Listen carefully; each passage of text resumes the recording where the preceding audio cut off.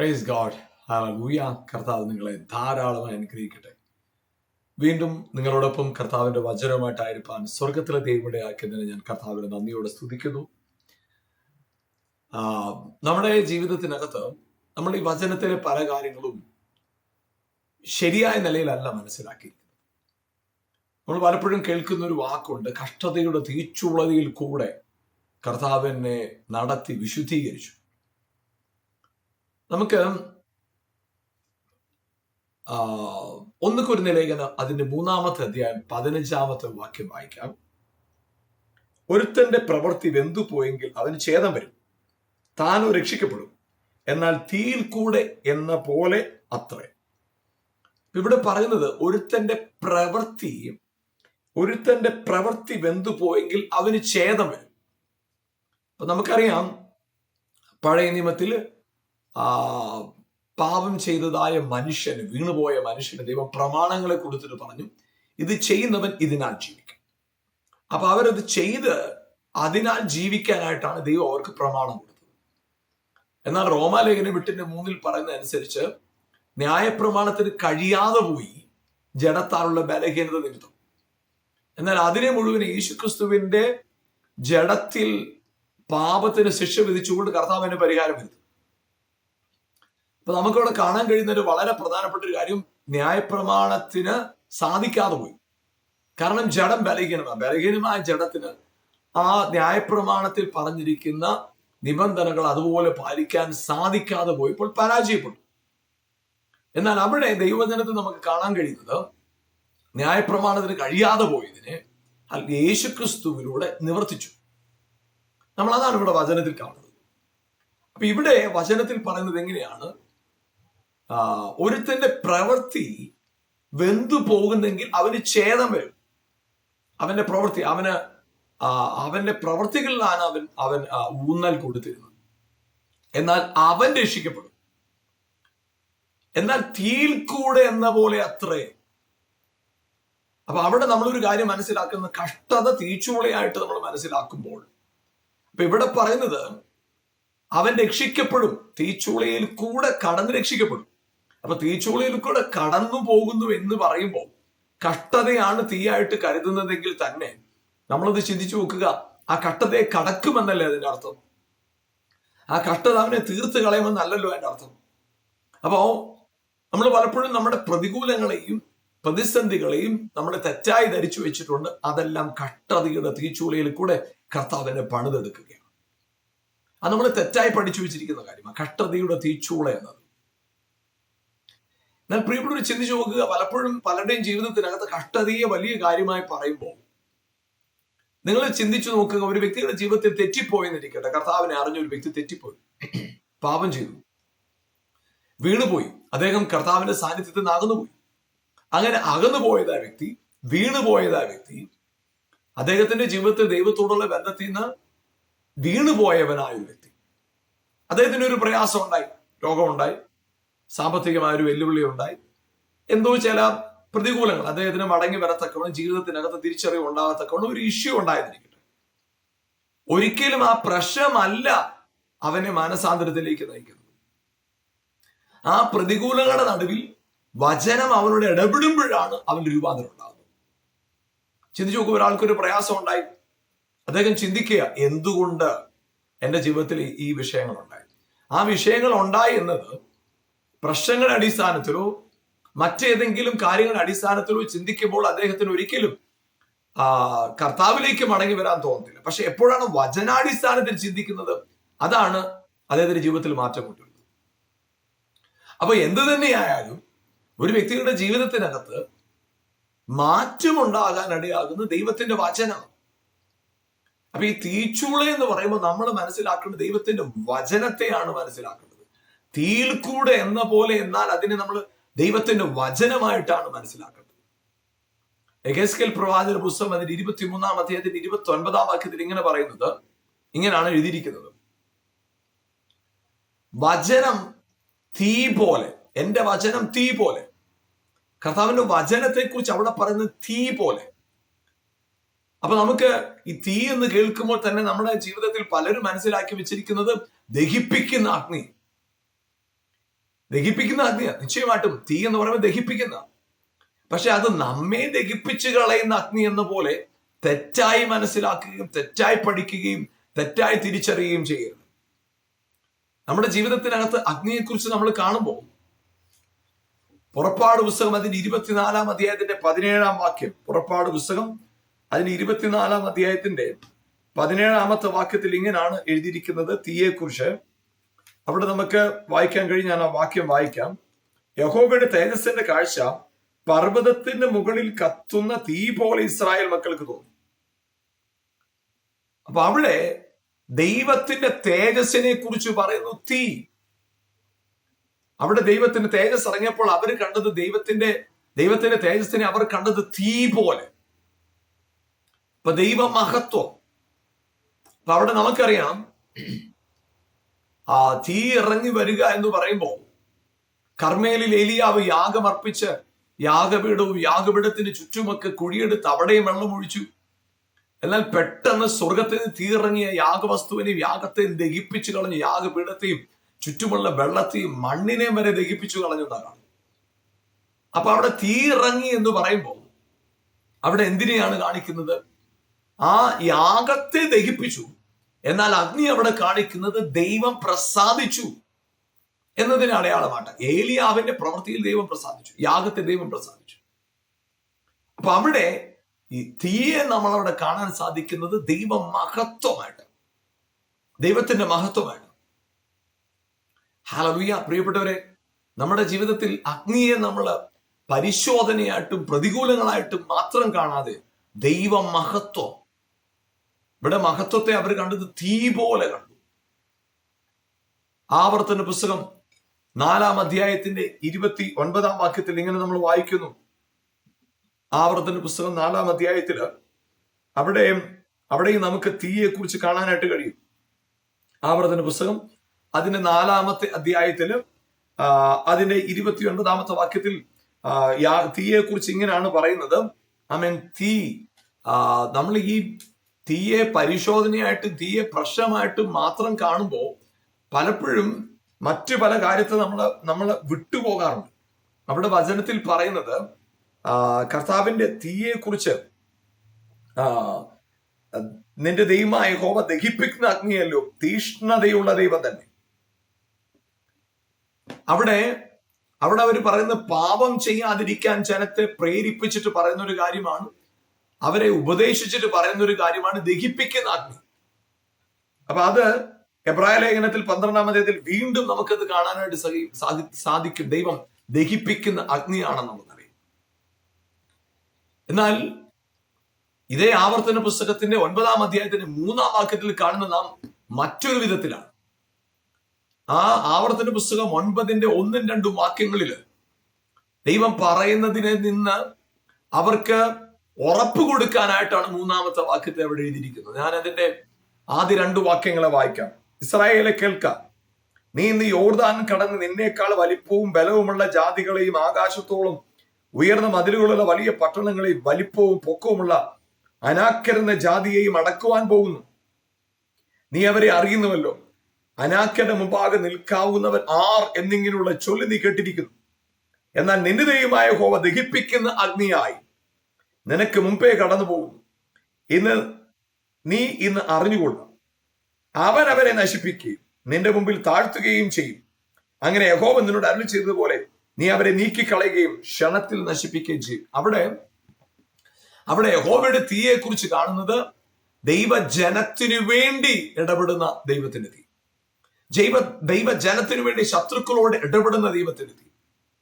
അപ്പൊ അവിടെ ആ ദൈവിക ഇടപെടലിൽ നമ്മൾ കാണുന്നത് മുമ്പ് കണ്ടതിൽ നിന്ന് വിഭിന്നമായിട്ട്, നമ്മൾ ചിന്തിക്കുകയും മനസ്സിലാക്കുന്നത് വിഭിന്നമായിട്ട്, ശത്രുക്കളുടെ അടുക്കൽ ദൈവജനത്തിനു വേണ്ടി വാദിക്കുന്ന ഇടപെടുന്ന തീയായിട്ട്. അതേ പ്രിയപ്പെട്ടവരെ, നാം നമ്മെ ദഹിപ്പിക്കുന്ന തീയായിട്ട് ആ കർത്താവിനെ കണ്ട് നമ്മുടെ ജീവിതത്തില് കർത്താവിനെ കുറിച്ചുള്ള കാഴ്ചപ്പാട് മുരടിച്ചു പോകാതെ, അവൻ നമ്മളെ ദഹിപ്പിക്കുന്നവനല്ല, നമ്മുടെ പാപത്തെ, നമ്മുടെ അകൃത്യങ്ങളെ, നമ്മുടെ ബലഹീനതകളെ ദഹിപ്പിച്ചു കളയുന്ന അഗ്നിയാണ് കർത്താവ്. അപ്പൊ ഇവിടെ പറയുന്നത് ആവർത്തന പുസ്തകം 9-ന്റെ 3-ൽ പറയുന്നത് ഞാൻ നിനക്ക് മുമ്പേ പോയി ശത്രുക്കളെ ദഹിപ്പിച്ചു കളയും. ഹല്ലേലൂയ. ഇവിടെ നമ്മളിപ്പോ വ്യക്തികളെ ശത്രുക്കളായിട്ട് കാണരുത്. എന്താണ് യഥാർത്ഥത്തിലെ ശത്രു? ചിന്തിച്ചു നോക്കുക. ഒരു വ്യക്തി നിങ്ങളെ ശപിച്ചു എന്നിരിക്കട്ടെ. ആ വ്യക്തി നിങ്ങളെ ശപിച്ചു. നിങ്ങളെ രക്ഷിക്കപ്പെട്ട വ്യക്തിയാണ്, കർത്താവിന് അറിഞ്ഞ വ്യക്തിയാണ്. ആ വ്യക്തി നിങ്ങളെ ശപിച്ചതുകൊണ്ട് ഒരിക്കലും അത് നിങ്ങളുടെ മേൽ ശാപമാകത്തില്ല. കാരണം നിങ്ങൾ രക്ഷിക്കപ്പെട്ട വ്യക്തിയാണ്. നിങ്ങൾ ദൈവത്തിന്റെ മന്ദിരമാണ്, ദൈവത്താൽ അനുഗ്രഹിക്കപ്പെട്ട വ്യക്തിയാണ്. അപ്പോൾ നിങ്ങളെ എങ്ങനെ ഒരാൾക്ക് ശപിക്കാൻ കഴിയുക? പക്ഷേ ആ ശാപം നിങ്ങളുടെ മേൽ വരണമെങ്കിൽ നിങ്ങൾ അതൊരു ആമേൻ പറയണം. എങ്ങനെ ആമേൻ പറയുക? ചിലപ്പോൾ ആമേൻ വാതുറന്ന് തന്നെ പറയാം. ഇല്ലെങ്കിൽ നമ്മൾ അവരോട് പ്രതികരിക്കുന്ന നെഗറ്റീവായുള്ള പ്രതികരണങ്ങളും നമ്മുടെ ഭയവും നിരാശയൊക്കെയാണ് നമ്മുടെ മേലെ ശാപത്തിന് ആധിപത്യം ഉറപ്പിച്ചു കൊടുക്കുന്നത്. അപ്പോൾ ഇവിടെ ഈ കർത്താവ് നമ്മെക്കുറിച്ച് ആഗ്രഹിക്കുന്നത് നാം ദഹിച്ചു പോകുക എന്നതല്ല, നാം നശിച്ചു പോകുക എന്നല്ല, പ്രയോജനപ്പെടുക എന്നുള്ളത്. ഇവിടെ 1 കൊരിന്ത്യർ ലേഖനം 3:15 കാണുന്ന തീയിൽ കൂടെ എന്ന പോലെ അത്രേ രക്ഷിക്കപ്പെടുന്നത്. എന്നാൽ അത് എഹെസ്കേൽ പ്രവാചന പുസ്തകം 23:29 നമ്മൾ കാണുന്നത് ദൈവ വചനത്തെ കുറിച്ചാണ് കാണുന്നത്. വചനം തീയാണ്, വചനം തീയാണ്. അപ്പൊ ഒരു വ്യക്തി രക്ഷിക്കപ്പെടാനായിട്ടുള്ള കാരണം എന്താ? പ്രതികൂലമല്ല, വചനം. പ്രതികൂലങ്ങളിൽ കൂടെയാണ് ഒരു വ്യക്തി രക്ഷിക്കപ്പെട്ടതെന്ന് പറയുമ്പോഴും അതിന്റെ പൂർണ്ണരൂപമല്ല വ്യക്തി പറയുന്നത്. പ്രതികൂലങ്ങൾ വന്നപ്പോഴും വചനമാണ് പ്രതികൂലത്തിൽ നിന്ന് ആ വ്യക്തിയെ രക്ഷിച്ചതും രക്ഷയിലേക്ക് കൊണ്ടുവന്നതും. അപ്പൊ നമ്മുടെ ജീവിതത്തിനകത്ത് നമ്മളെ രക്ഷിക്കുന്നത് കഷ്ടതയുടെ തീച്ചൂളയല്ല, വചനത്തിന്റെ തീച്ചൂളയാണ്. വചനമാണ് യഥാർത്ഥത്തിൽ തീ. വചനമാണ് യഥാർത്ഥത്തിൽ നമ്മളെ ദഹിപ്പിക്കുന്നത്. ഹല്ലേലൂയ. വചനമാണ് യഥാർത്ഥത്തിൽ നമ്മളെ ശുദ്ധീകരിക്കുന്നത്. അപ്പോൾ ഹല്ലേലൂയ, ചിന്തിച്ചു നോക്കുക. യോഹന്നാന്റെ സുവിശേഷം 15-ാം അധ്യായത്തിന്റെ 3-ാമത്തെ വാക്യത്തിൽ ഇങ്ങനെ പറയുന്നു, ഞാൻ നിങ്ങളോട് സംസാരിച്ച വചനത്താൽ നിങ്ങൾ ഇപ്പോൾ ശുദ്ധിയുള്ളവരാകും. അപ്പൊ അവിടെ ശുദ്ധീകരണം നടന്നത് എങ്ങനെ? വചനത്താൽ. അത് മനസ്സിലാക്കാണ്ട് 2-ാം വാക്യം വായിക്കണം. 2-ാം വാക്യം ഇങ്ങനെയാണ് എഴുതിയിരിക്കുന്നത്, അവന് എന്നിൽ കായ്ക്കാത്ത കൊമ്പൊക്കെയും പിതാവ് വെട്ടിക്കളയും, എന്നാൽ കായ്ക്കുന്നവയെ അധികം ഫലം കായ്ക്കേണ്ടതിന് ചെത്തി വെടിപ്പാകും. അപ്പൊ കായ്ക്കാത്തതിനെ ചെത്തിക്കളയുകയും വെട്ടിക്കളയുകയും കായ്ക്കുന്നതിനെ കൂടുതൽ ഫലം കായ്ക്കുന്നതിന് ചെത്തി വെടിപ്പാക്കുകയും ചെയ്യും. ഒന്നിനെ ചെത്തി വെടിപ്പാക്കുന്നു, ഒന്നിനെ വെട്ടിക്കളയുന്നു. കായ്ക്കാത്തത് ചിന്തിച്ചു നോക്കി, അത് നമ്മളെ അല്ല വെട്ടുന്നത്, നാം എന്ന് പറയുന്ന വ്യക്തിയെ നമ്മൾ കാണരുത്, അല്ലെങ്കിൽ മറ്റൊരു വ്യക്തിയല്ല നമ്മൾ അവിടെ കാണേണ്ടത്. കാണേണ്ടത് എന്താണെന്നറിയാമോ? നമ്മളിൽ ഫലം കായ്ക്കാത്ത പലതുമുണ്ട്, നമ്മളിലെ ഫലത്തെ മുരടിപ്പിക്കുന്ന പലതുമുണ്ട്. ചിന്തിച്ചു നോക്കുക. നമ്മുടെ അകത്തുള്ള വൈരാഗ്യം, നമ്മുടെ അകത്തുള്ള കോപം, നമ്മുടെ അകത്തുള്ള ഭയം, നമ്മുടെ അകത്തുള്ള ക്ഷമയില്ലായ്മ, നിരാശ, അപക്വപരമായ ഇടപെടലുകൾ, പല കാര്യങ്ങളും നമ്മുടെ ജീവിതത്തിനകത്ത് എന്താ കൊണ്ടുവരുന്നത്? നമ്മളെ ഫലമില്ലാത്തവരാക്കുക, ഫലമില്ലാത്ത തലത്തിലേക്ക് കൊണ്ടുവരിക. ആ ഫലമില്ലായ്മ നിങ്ങൾ ചിന്തിച്ചു നോക്കുക. നിങ്ങൾ ഒരു കാര്യം ചെയ്യുമ്പോൾ ചെയ്യുന്ന കാര്യത്തിനെല്ലാം ഭയം, അയ്യോ ഇത് പ്രശ്നമാകും, ഒരു കുഴപ്പമില്ല, പക്ഷെ അകത്ത് ഭയം വരിക. അത് പിശാചിന് തന്ത്രമാണ്. ഭയം പിശാചിൽ നിന്ന് വരുന്ന, ദാസ്യത്വത്തിൽ നിന്ന് വരുന്ന ഭയം.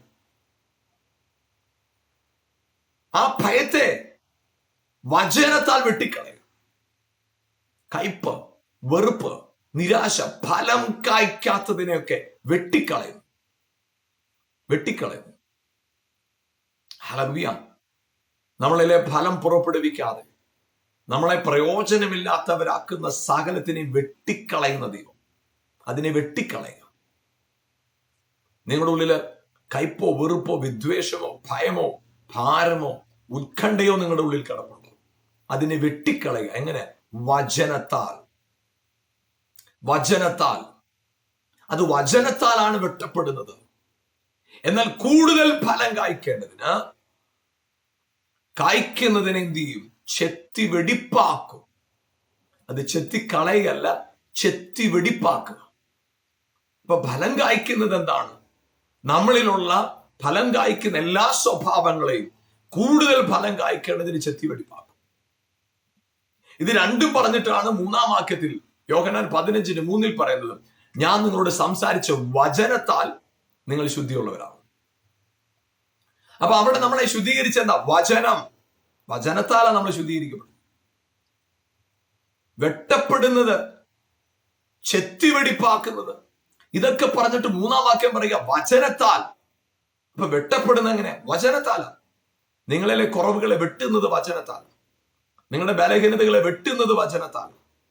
അതിനെ വചനം കൊണ്ട് നിങ്ങളുടെ ജീവിതത്തിൽ ഭയം വരുമ്പോൾ, നിരാശ വരുമ്പോൾ, ക്ഷമയില്ലായ്മ വരുമ്പോൾ, അപക്വമായ പെരുമാറ്റങ്ങൾ വരുമ്പോൾ, ഞാൻ പറയാം, മറ്റൊരു മാർഗവും നിങ്ങളുടെ മുമ്പിലില്ല. ദൈവ വചനത്തെ മുറുകെ പിടിച്ചു നോക്കിക്കേ. വചനം നിങ്ങളുടെ അകത്തുനിന്ന് ഭയത്തെ എടുത്തു കളയും, ജഡത്തിന്റെ ഇച്ഛകൾ എടുത്തു കളയും, നിരാശ എടുത്തു കളയും, വെല്ലുവിളികൾ എടുത്തു കളയും. നിങ്ങളുടെ അകത്ത് വലിയ സ്വസ്ഥത കൊണ്ട് നിറയ്ക്കും വചനം. നിങ്ങളുടെ ഉള്ളിൽ വലിയ സമാധാനം കൊണ്ട് നിറയ്ക്കും വചനം. Price God. ഹല്ലേലൂയ. വചനം നിങ്ങളുടെ ഉള്ളില് അസാധാരണമായ സ്വസ്ഥതയെ കൊണ്ടുവരും, ധൈര്യത്തെ കൊണ്ടുവരും. എന്നിട്ട് ഈ യോഹന്നാന്റെ സുവിശേഷം 15-ാം അധ്യായത്തിന്റെ 5-ാം വാക്യം എങ്ങനെ പറയുന്നു?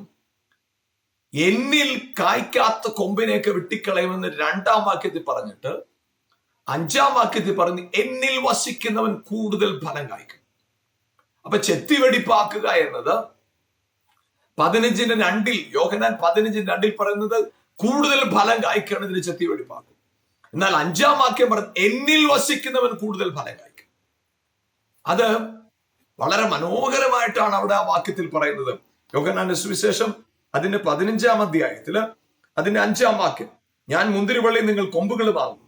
ഒരുത്തൻ എന്നിലും ഞാൻ അവനിലും വസിക്കുന്നുവെങ്കിൽ അവൻ വളരെ ഫലം കായ്ക്കും. എന്നെ പിരിഞ്ഞ് നിങ്ങൾക്കൊന്നും ചെയ്യുവാൻ കഴിയില്ല.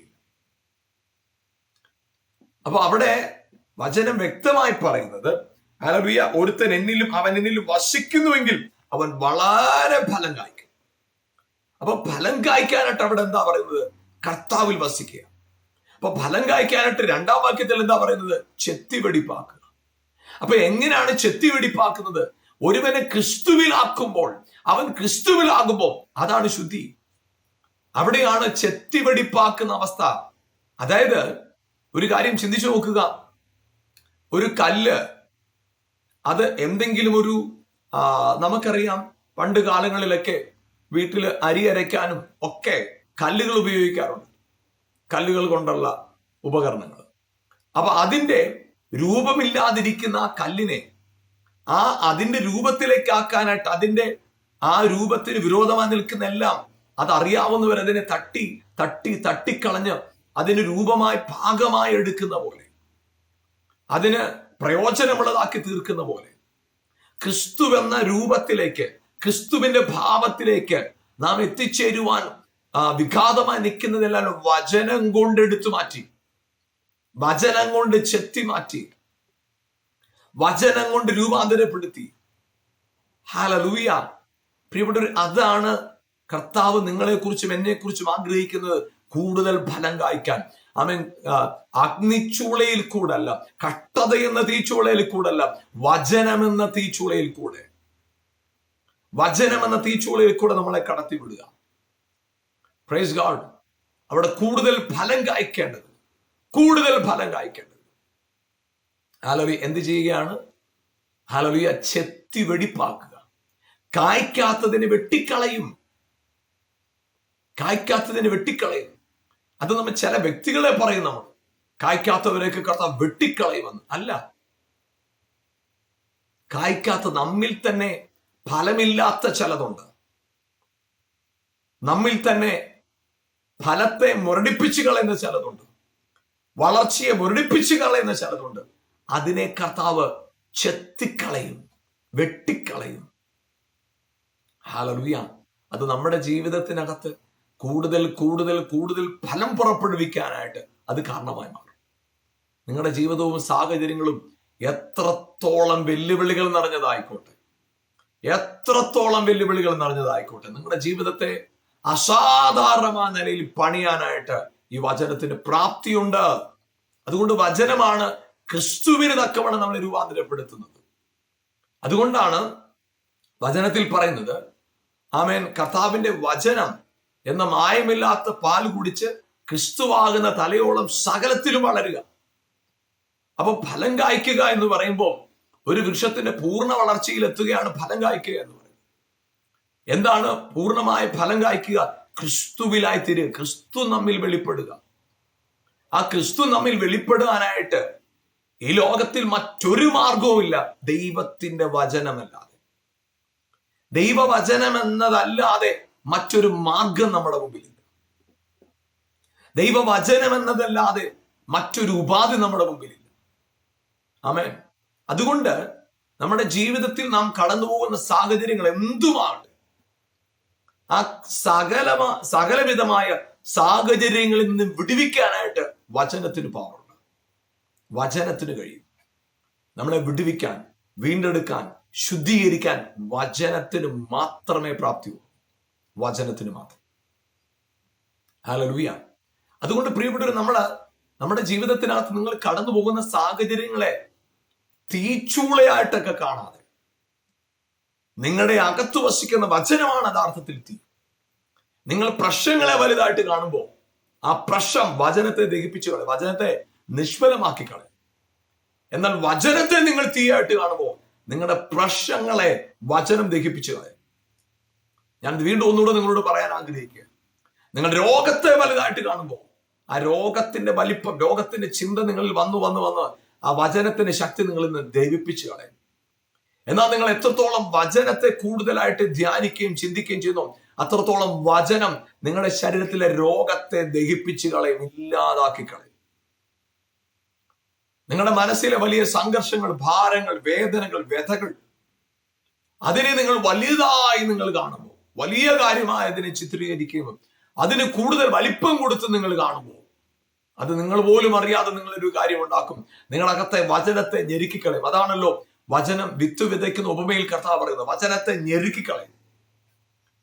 അപ്പൊ നിങ്ങൾ പ്രശ്നത്തെയാണ് വലുതായിട്ട് കാണുന്നതെങ്കിൽ ആ പ്രശ്നമാകുന്ന തീ വചനത്തെ ദഹിപ്പിച്ചു കളയും. എന്നാൽ ദഹിപ്പിക്കാൻ അതിന് സാധ്യമല്ല. എന്നാലും വചനത്തെ നിങ്ങൾ ഫലം കായ്ക്കാതെ വണ്ണമാക്കി കളയും. എന്നാൽ നിങ്ങൾ വചനത്തെ തീയായി കാണുമ്പോൾ നിങ്ങളുടെ പ്രതികൂലങ്ങളെ ആ വചനം ദഹിപ്പിച്ചു കളയും. അതാണ് വചനമയച്ച് സൗഖ്യമാക്കുന്നത്, വചനത്താൽ വിടുവിക്കുന്നത്, വചനത്താൽ ഉയർത്തുന്നത്. അപ്പോൾ ഏറ്റവും ഇമ്പോർട്ടന്റ് ആയിട്ടുള്ളത് വചനമാണ്, ദൈവവചനം. Praise God. ദൈവവചനത്തെയാണ് നിങ്ങൾ പ്രാധാന്യത്തോടെ കാണുന്നത്. ഹല്ലേലൂയ. അപ്പോൾ ഇവിടെ കഷ്ടതയുടെ തീച്ചൂള എന്ന് നിങ്ങൾ കേട്ട് മനസ്സിലാക്കി വെച്ചിരിക്കുന്ന മനസ്സിലാക്കൽ നിന്ന് പുറത്തു വന്നേ, വചനമാകുന്ന തീച്ചൂളയാണ് എന്നെ കൂടുതൽ ഫലം പുറപ്പെടുവിക്കാനാക്കി തീർക്കുന്നത്. യേശുക്രിസ്തുവിനെ കുറിച്ച് 1 കൊരിന്ത്യർ ലേഖനം അതിന്റെ 1-ാം അധ്യായത്തിന്റെ 30-ാം വാക്യത്തിൽ ഇങ്ങനെയാണ് പറയുന്നത്, അവൻ നമുക്ക് നമ്മുടെ ജീവിതത്തിനകത്ത് ക്രിസ്തു ആരൊക്കെയാണ്, എന്തൊക്കെയാണ് ആയിത്തീർന്നതെന്ന് 1 കൊരിന്ത്യർ ലേഖനം 1:30 പറയുന്നുണ്ട്. നിങ്ങളോ അവനാൽ ക്രിസ്തു യേശുവിൽ ഇരിക്കുന്നു, അവൻ നമുക്ക് ദൈവത്തിങ്കിൽ നിന്ന് ജ്ഞാനവും നീതിയും ശുദ്ധീകരണവും വീണ്ടെടുപ്പുമായി തീർന്നു. ക്രിസ്തു. ഹല്ലേലൂയ. അപ്പൊ അതായത് നമ്മുടെ ജീവിതത്തിനകത്ത് നമ്മുടെ ഷേപ്പ്, നമ്മുടെ രൂപം ക്രിസ്തുവിന്റെ രൂപമാണ്. പുനരുത്ഥാനം ചെയ്ത് ക്രിസ്തുവിന്റെ രൂപമാണ്, ക്രിസ്തുവിന്റെ സാദൃശ്യമാണ് നമ്മുടെ. അതാണ് അതേ സ്വരൂപത്തോട് അനുരൂപമാകാനായിട്ടാണ് നമ്മളെ വിളിച്ചത്. അവൻ അനേക സഹോദരന്മാരുടെ അനുരൂപമാകാനായിട്ട്, ആദ്യജാതനാകാനായിട്ട് നമ്മളെ വിളിച്ചിരിക്കുക. ആദ്യജാതനായിട്ട് ക്രിസ്തുവിനെയും അവന്റെ സഹോദരങ്ങളായിട്ട് നമ്മൾ അനേക സഹോദരന്മാരിൽ ആദ്യജാതനാകേണ്ടതിന് ക്രിസ്തുവിനെ കർത്താവ് ആക്കുകയും നമ്മെ മുൻനിയമിക്കുകയും ചെയ്തു, നമ്മെ മുന്നറിയുകയും ചെയ്തു. റോമാലേഖനം 8-ാം അധ്യായം 29-ാം വാക്യം. അപ്പൊ നമ്മുടെ ജീവിതത്തിനകത്ത് ഹല്ലേലൂയ, നമ്മൾ കഷ്ടതയുടെ തീച്ചൂളയിൽ കൂടെ പോയി നമ്മൾ ക്രിസ്തുവിന്റെ രൂപത്തിലായിത്തീരുകയല്ല, അല്ലെങ്കിൽ ദൈവം ആഗ്രഹിക്കുന്ന പോലെ ആയിത്തീരുകയല്ല. അല്ല, വചനത്തിൽ കൂടെയാണ് നാം അവൻ ആഗ്രഹിക്കുന്ന പോലെ ആയിത്തീരുന്നത്. ഇന്ന് നിങ്ങളുടെ ജീവിതത്തിനകത്ത് എത്ര വലിയ വെല്ലുവിളികളുടെ മുമ്പിൽ നിങ്ങൾ നിൽക്കുന്നെങ്കിൽ, ഞാൻ അതിനെ വീണ്ടും ഒരിക്കൽ കൂടെ നിങ്ങളോട് പറയാൻ ആഗ്രഹിക്കുകയാണ്. വചനത്തെയാണ് നിങ്ങൾ തീയായിട്ട് കാണുന്നതെങ്കിൽ നിങ്ങളുടെ പ്രശ്നത്തെ മുഴുവൻ ഈ വചനം ദഹിപ്പിച്ച് കളയും. എന്നാൽ നിങ്ങൾ കഷ്ടതയാണ് തീച്ചൂളയായിട്ട് കാണുന്നതെങ്കിൽ ആ കഷ്ടത നിങ്ങളുടെ അകത്തുള്ള വചനത്തിന്റെ ബലത്തെ കെടുത്തി കളയും. നിങ്ങളാണ് തീരുമാനിക്കേണ്ടത്. ഹല്ലേലൂയ, ഏത് നിങ്ങളുടെ ജീവിതത്തിൽ വാഴണമെന്നത്. വചനമാണോ പ്രശ്നമാണോ? നിങ്ങൾ വചനത്തെ വലുതായി കാണുമ്പോൾ ആ വചനം നിങ്ങളുടെ ജീവിതത്തിന്റെ മുഴുവൻ സാഹചര്യങ്ങളുടെ പ്രതികൂലങ്ങളെ ദഹിപ്പിച്ച് കളയും. നിങ്ങൾ കൂടുതൽ ഫലം കായ്ക്കാൻ തുടങ്ങും. എന്നാൽ പ്രതിസന്ധികളെയാണ് നിങ്ങൾ വലുതായിട്ട് കാണുന്നതെങ്കിൽ ആ പ്രതിസന്ധി നിങ്ങളെ ദഹിപ്പിച്ച് കളയും. നാം കഷ്ടതയുടെ തീച്ചൂളയിൽ കൂടെ അല്ല രക്ഷിക്കപ്പെടുന്നത്, വചനമാകുന്ന തീച്ചൂളയിൽ കൂടെയാണ്. Praise God. വചനമാണ് തീ, വചനമാണ് അഗ്നി. നമ്മുടെ ജീവിതത്തെ മാറ്റുന്നതും മറിക്കുന്നതും വചനമാണ്. നമുക്ക് ഒരുമിച്ച് പ്രാർത്ഥിക്കാം. ഞങ്ങളുടെ നല്ല കർത്താവെ, അനുഗ്രഹീതമായ സമയത്തിനായി ഞങ്ങൾ അങ്ങേക്ക് നന്ദി പറയുമ്പോൾ, കർത്താവെ, ഈ പ്രോഗ്രാമിലൂടെ എന്നെ കാണുന്ന പ്രിയപ്പെട്ടവർക്കായി ഞാൻ സ്തോത്രം ചെയ്യുന്നു. അവരുടെ ജീവിതത്തിന് മേൽ വലിയ വിടുതലും സൗഖ്യവും ജയവും അവരിൽ നിന്ന് വെളിപ്പെടട്ടെ. അവസ്ഥകളെ മാറ്റുവാൻ ശക്തനായ നാഥ, ഞങ്ങളുടെ കരങ്ങളിലേക്ക് വരെ ഏൽപ്പിക്കുമ്പോൾ ബലഹീനതകളിലൂടെ കടന്നു പോകുന്നവരുടെ മേൽ കർത്താവെ, ബലഹീനതകളെ തീയായിട്ട് അവർ കണ്ടുകൊണ്ടിരുന്നെങ്കിൽ അവരതിനപ്പുറത്ത് വചനത്തെ തീയായി കാണട്ടെ. വചനത്താൽ പ്രതിസന്ധികളെ ജയിക്കട്ടെ, വചനത്താൽ പ്രതികൂലങ്ങളെ ജയിക്കട്ടെ, വചനത്താൽ ഭാരത്തെ ജയിക്കട്ടെ. ഇപ്പോൾ യേശുവിന്റെ നാമത്തിൽ ഞങ്ങളുടെ വചനത്തിൽ പറയുന്ന പോലെ അപ്പത്തെയും വെള്ളത്തെയും അനുഗ്രഹിച്ച് നടുവിൽ നിന്ന് രോഗത്തെ നീക്കിക്കളയുമെന്ന് വചനത്തിൽ പറയുന്നല്ലോ. ഞാൻ നിങ്ങളെ സൗഖ്യമാക്കുന്ന യഹോവ എന്ന് വചനത്തിൽ പറയുന്നല്ലോ. അങ്ങയുടെ വചനത്തിൽ പറയുന്നല്ലോ, അങ്ങയുടെ അടിപ്പിണറുകളാൽ സൗഖ്യം വന്നിരിക്കുന്നുവെന്ന്. കർത്താവേ, നിന്റെ വചനപ്രകാരം ആരെങ്കിലും ഇപ്പോൾ രോഗികളായിട്ട് എന്നെ കാണുന്നെങ്കിൽ നിന്റെ വചനപ്രകാരമുള്ള സൗഖ്യം ഇപ്പോൾ തന്നെ അവരിൽ വെളിപ്പെടുമാറാകട്ടെ, അവർ വെളിപ്പെടട്ടെ. കർത്താവിടെ അകത്ത് അകാരണമായ ഭയത്തെ പിശാച് പല കാര്യങ്ങളിൽ ഈ ദിവസങ്ങളിൽ കൊണ്ടുവന്നിടുമ്പോൾ ഒരു കാരണമില്ലാതെ ഭയം, ഇതുവരെ ചെയ്തുകൊണ്ടിരുന്ന കാര്യങ്ങളിൽ ധൈര്യത്തോടെ ചെയ്ത് പെട്ടെന്നൊരു ഭയം വരെ പിടിച്ചെങ്കിൽ യേശുവിന്റെ നാമത്തിൽ ആ ഭയത്തിന്റെ ആത്മാവിനെ അവരുടെ ഹൃദയങ്ങളെ വിട്ട് ഞാൻ മാറിപ്പോകാനായിട്ട് കൽപ്പിക്കുന്നു. ആ വ്യക്തി എതിരായി തീരുമോ?